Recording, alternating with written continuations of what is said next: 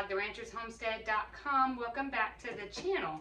So if you follow me on Instagram, you know last week we were in California, the girls and I, all week long, and we had a really good time visiting with our friends and our family there, but we were happy to be back and getting back into the groove of it. Today, or this week, has been a really busy week. We had our Azure pickup order when we were gone, so I had a friend pick it up for me, and I'm getting our sourdough starters out of the fridge, waking them back up, getting bread on our pantry shelves, and all of the things. So today I wanted to walk you through a couple things.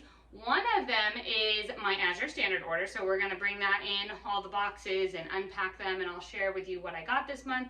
It is a little bit different this month than normal months, mostly just because we were gone, and I knew we were going to be gone during pickup, and I didn't want my friend to have to worry about going through all of my boxes and getting all of my cold things and frozen things and putting them in her refrigerator and freezer.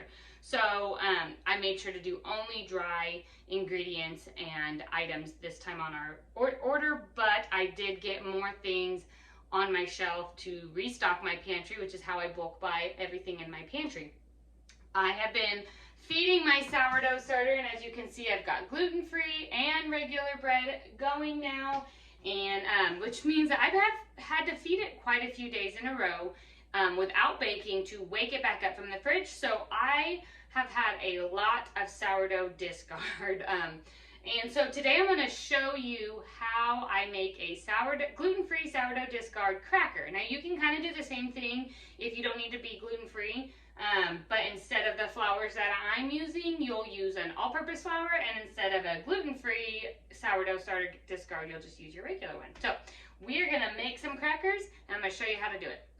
So the best part about this recipe is that you can't mess it up. I'm going to give you measurements for kind of what I use. I honestly, when I make them, and the very first time I made them, I didn't even follow a recipe. I didn't follow any measurements. I just kind of dumped them in the bowl and it turned out great. I kind of more purposefully thought out my ingredients and my measurements so that I could give you more measurements, because I know not everyone likes to cook like that, even though that's how I cook a lot. So you're going to want about a cup of starter, and really it's just whatever you have discarded, so you don't have to throw any of it away. And actually this is almost exactly 1 cup here, so that's why I kind of measured things out and tried to figure out for you guys. But you're going to want just about 1 cup of starter, and you're going to add it to your bowl. Again, I'm using my gluten-free sourdough starter. If you don't have that, or if you don't need to be gluten-free, then you can go ahead and just use an all-purpose starter. So whatever sourdough starter, you can use the same recipe. It does need to be gluten-free. These ones are going to be gluten-free. Okay, then I have 3/4 a cup of white rice flour and 1/4 a cup of tapioca starch. You can use brown rice flour if that's what you prefer. You can even use a gluten-free all-purpose flour. Any of it works. I don't have any made up over there yet. I ran out of it. I make my own homemade all-purpose blend, and I ran out of it, so this is just easier for me to do. Okay, now you're going to add in some dry ingredients. So I'm going to do a 1/2 teaspoon of salt. I'm going to do a 1/2 teaspoon of onion powder.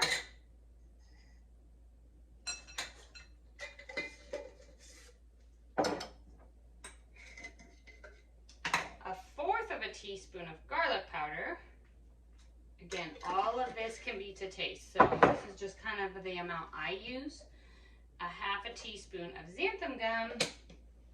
And I'm going to give it all a stir. Now your starter should be wet, so it's kind of a little bit hard to stir, but you're just going to do the best that you can. If you are using an all-purpose gluten-free flour blend, then you do not need to put in any xanthan gum. Your blend should have it in it. If you're building a flour like I am here with a white rice and a tapioca, you do want to put a little bit of xanthan gum. This is going to be your binding agent to keep your crackers together. If you are making these not gluten-free and just using an all-purpose flour in them, then you don't have to worry about xanthan gum at all. Okay, I'm going to add in 1 tablespoon of avocado oil. You can use any cooking oil. And I'm gonna add in cheese. This is what makes this great. If you need to be dairy free, you can put in some nutritional yeast, and that kind of gives it a cheddar flavor, and that's really delicious as well. So you can use any cheese you want. I like to finely shred it. This is a cheddar cheese and Parmesan cheese. So sometimes I do just Parmesan, sometimes I do just cheddar. You can do pepper jack to give it a little spice, but these are kind of like a Cheez-It cracker. Now, here is the part that you just gotta kind of play with it. So I'm gonna stir this up a little bit so that the cheese is equally incorporated with it. And now I'm gonna add in a half a cup of water. I can't really give you a measurement on this one of how much water because it's going to change constantly with the temperature of your kitchen, the humidity of your kitchen. You just want a dough ball that's easy to work with in your bowl here. So you're gonna keep adding adding water. Actually, I'm gonna go ahead and use my hands at this point. Kind of a splash, half a cup at a time, until you get the right consistency. So you want your dough to be easy to work with, not crumbly, but not sticky. So starting slow and adding in is the best way to go, because once you get to a point where your if you add too much water, it's really hard to correct. So you really want to add slowly at this point. Okay, I'm going to kind of wipe my hands free of it and make sure that it is all in. All right, so now I have my dough ball here. Okay, at this point you can go ahead and wrap it in plastic wrap, or you can just leave it right here in your bowl. It's not sticky at all. I washed my hands from the other dough, and I can touch this very freely. It's not sticky, it's not crumbly, it's the perfect texture. I'm gonna go ahead and leave mine in this bowl. You can wrap it in saran wrap if you'd like. I don't see a problem with just leaving it in the bowl as well. And I'm gonna stick it in my fridge for 30 minutes. This just helps with the rolling out process and gets your dough nice and firm. It'll be better when it bakes as well. Okay, so I pulled out my dough from the fridge, and I'm gonna put it in between 2 pieces of parchment paper. This just makes for easy cleanup. You could do on a well-floured surface, but this way you don't have the extra flour. Okay, I like to fold my parchment paper over the lip of my counter and kind of rest my hip on it, and it doesn't move when I go and roll it out. Okay, so now I'm going to try and roll it into a rectangle, flip it around the best that I can. It doesn't have to be perfect. Put this into the center a little bit more. It doesn't have to be perfect, but do the best that you can to get it into a rectangle. And you're going to peel off your top layer, and you're going to go ahead and slice everything up. And you're just going to use your pizza cutter and go ahead and make small little slits for your crackers. I have my oven preheating to 400 degrees. Okay, when I was lifting them up onto the pan here, my parchment paper folded, and so they all kind of came off. So I'm just moving them on. They're not staying in a nice tight line any longer onto my parchment paper. So you would just pick how it would have worked if it would have worked the right way, is just pick up your entire piece of parchment paper on the bottom that your crackers are on, and place it on your baking sheet or your cookie sheet so that they can bake right on there. Easy cleanup. My parchment paper did not hold and it collapsed, and half of them fell off, such is life. Okay, so I'm just getting them on here, and then I'm going to bake them in my oven at 400 degrees for 15 to 20 minutes. I'm just gonna watch them and wait for them to get nice and crispy around the outside and crispy in the center.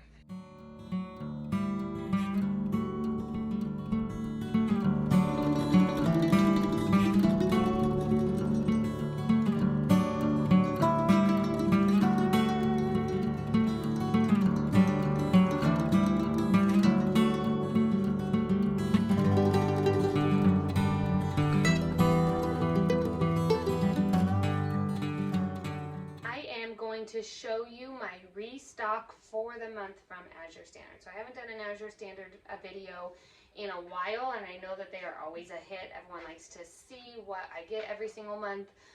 This month's looks a little bit different. We were on vacation last week, and so that's when my order came.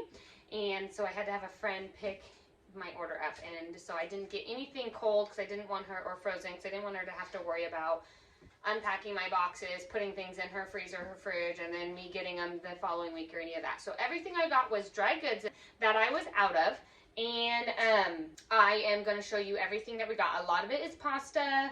I got some big bulk items and just all dry goods to restock our pantry for the month. If you are unsure what Azure Standard is, I will drop a link in the description to a video I posted months and months ago on what Azure Standard is, how I use it, how you can use it, find a drop in your location.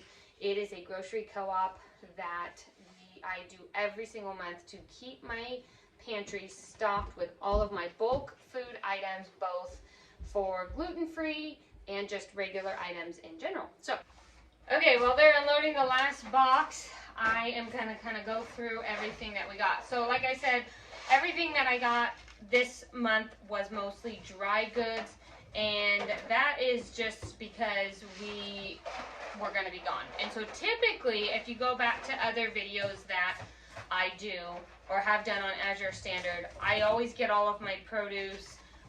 Not all of it, because some of it will lose its freshness in transit, but I do get quite a bit of produce on there. I get all my frozen vegetables if I'm getting any. Usually I keep corn and green beans frozen from Azure Standard. My frozen fruit that we put in smoothies, I usually buy from Azure Standard.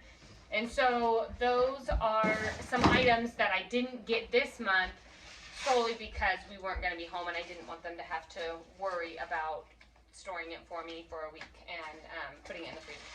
So some of the things that I get, if you are gluten-free, this is the best place to buy gluten-free pasta, and it is our favorite. So I really like the Barilla brand in gluten-free pasta, but I also really like this Jovial Foods. It tastes really good. It's a rice pasta. It's brown rice pasta. So I got all varieties that they make.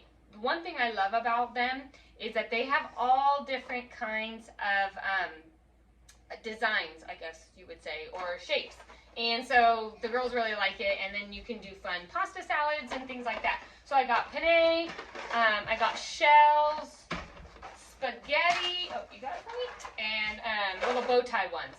And then I also from them get this cassava orzo, and so it is really good in my rice-a-roni recipe. And so when I don't have this, I just go ahead and use chopped up gluten-free spaghetti pasta, but this makes it nice too. So I also put these in my rice-a-roni recipe, which I can link that in the description as well. So we're gonna go ahead and get all of these on our shelf.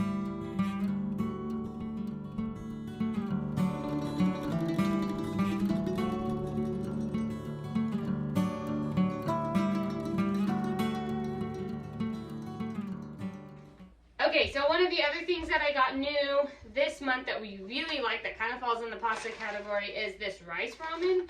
And I really like the ingredients. It's literally just brown rice flour and millet flour. So these have been really good. We just used it in chicken noodle soup last night. I'm going to make some gluten-free chow mein today.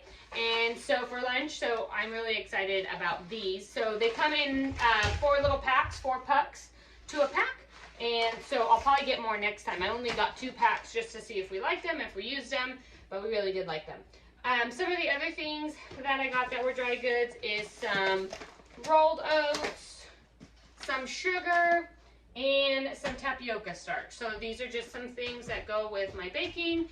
And one trick that I pretty much give every time is if something that you want in a 25-pound bag or a 50-pound bag that is in bulk, and it is not in stock. So after you put in your cart a little bit later, it comes back and says it's not in stock. A lot of times, if you change the size and then just add more to your cart, you don't, it's not as great of a price, but you can still get the item. So, for instance, that's what happened here with my evaporated cane juice for my cane sugar. That's what I like to use. It's basically has like a tanner color, and they're more like crystals, and it's a less processed sugar, I guess you should say. Anyways, I wanted a 25-pound bag of it. It was out of stock, so I went in and just changed it to 5 pounds and put in 2 bags.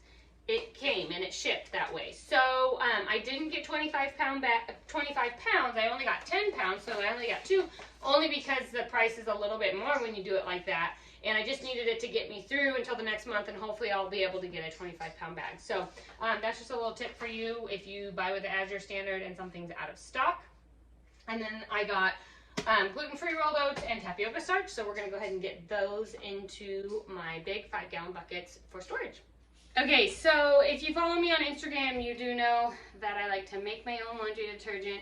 However, life sometimes happens and it just doesn't work that way, or I don't have time. And if I let laundry lapse in this household, we will go under. So I do feel safe using Azure Standard brand. It's called Azure Clean, and I like their laundry detergent.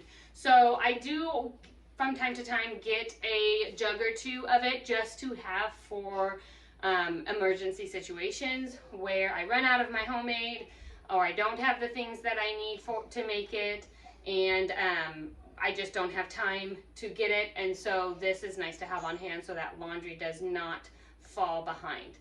So I will keep this on hand from time to time.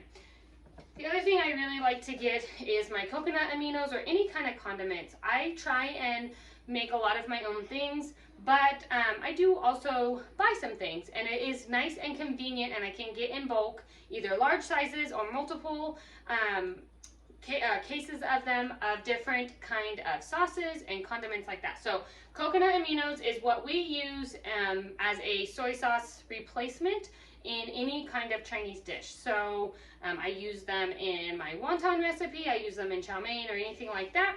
So we always like to have a couple of these bottles on hand, and we get those into the pantry. The last things I got here in my Azure order is some collagen peptides, which I put in my coffee every single morning. There's multiple different brands on Azure Standard that you can get. I like this one. It's for skin and healthy skin and hair. Anyone that has followed me for a while know I struggled with skin stuff, and so anything I can do to promote healthy growth is important to me. So I put that in my coffee every morning.